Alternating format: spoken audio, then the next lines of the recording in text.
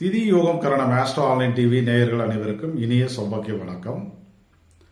உங்களுடைய ஜாதகத்தில் இருக்கக்கூடிய ராகு உங்களுக்கு யோகத்தையும் அதிர்ஷ்டத்தையும் தருவாரா மாட்டாரா, அதை எப்படி நம்ம எளிமையாக தெரிஞ்சுக்க முடியும் அப்படின்னு சொல்லிட்டு பார்ப்போம். நம்ம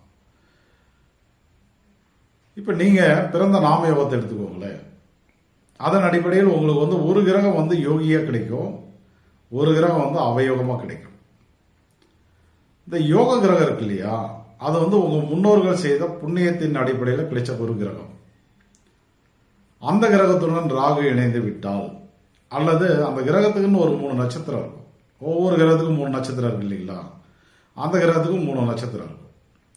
அந்த நட்சத்திரத்தில் ராகு நின்று விட்டால், அந்த ராகு தான் அதிர்ஷ்டத்தையும் யோகத்தையும் வாரி வாரி வழங்குவார்னு சொல்லலாம்.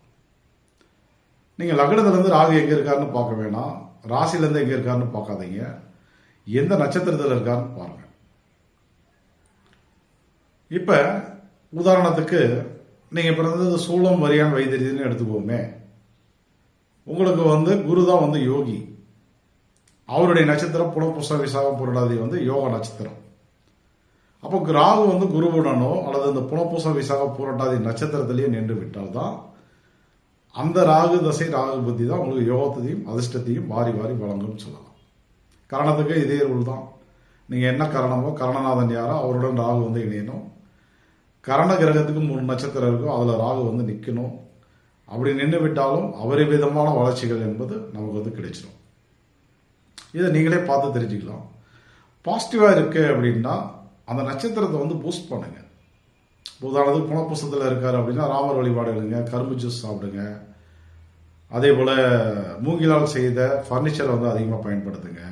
மூங்கில் அரிசியை பயன்படுத்தலாம். புனர்பூசத்துக்கு உண்டான காயத்ரி மந்திரங்களை சொல்லலாம். ஸோ இதெல்லாம் பயன்படுத்தும் போது அந்த நட்சத்திரம் பூஸ்ட் ஆகும். சப்போஸ் நெகட்டிவாக இருக்கு அப்படின்னா புனர்பூசத்துக்கு உண்டான பரிகார ஸ்தலம் நம்ம திருவாரூர் பக்கத்தில் இருக்கக்கூடிய திருந்து தேவன்குடியில் இருக்கக்கூடிய கற்கடேஸ்வரர். இப்போ 27 நட்சத்திரத்துக்கும் பரிகார கோவில்கள் நம்மளுடைய சேனலில் வீடியோ செக்ஷனில் இருக்கு. அதை பார்த்து நோட் பண்ணிக்கோங்க.